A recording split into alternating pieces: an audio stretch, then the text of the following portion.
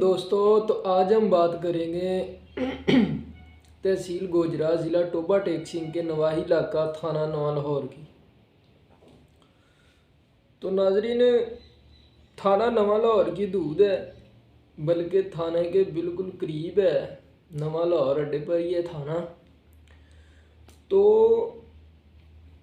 तहसील गोजरा का ये नवाही इलाका है। चक नंबर 130 जीम्बे का आलम शेर नवा लाहौर बैंक जाता है कुछ रकम जमा करवाने के लिए।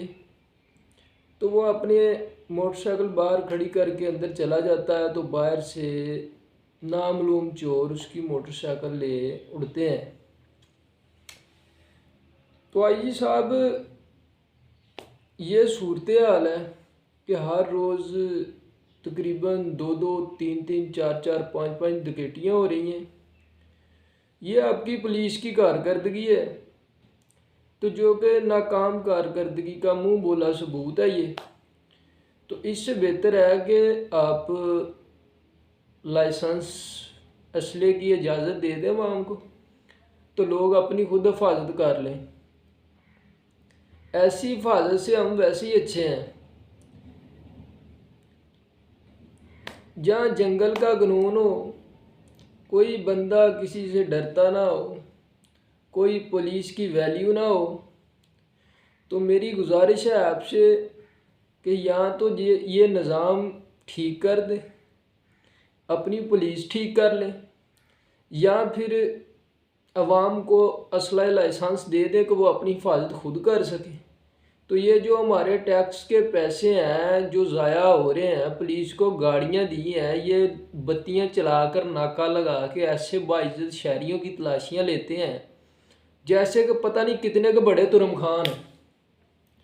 ठीक है, चोर इनसे कोई पकड़ा नहीं जाता, डकैती चोरी पर इनसे कोई काबू नहीं बढ़ता, और ये बाइज्जत शहरियों की ऐसे तलाशियाँ लेते हैं जैसे कि बहुत बड़े तुरम खान है, 30 मार खान है ये।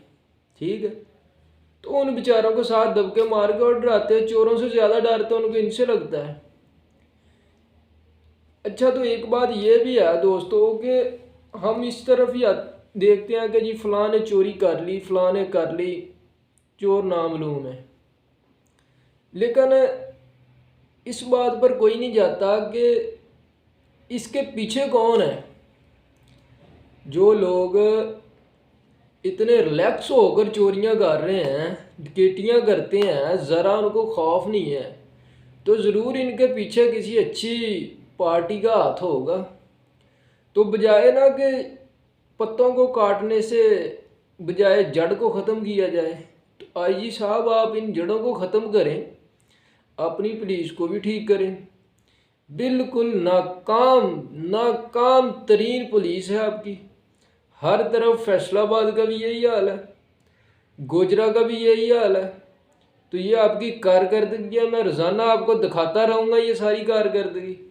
ठीक है, जब तक ये निज़ाम ठीक नहीं होगा मैं खामोश बैठने वाला नहीं हूँ।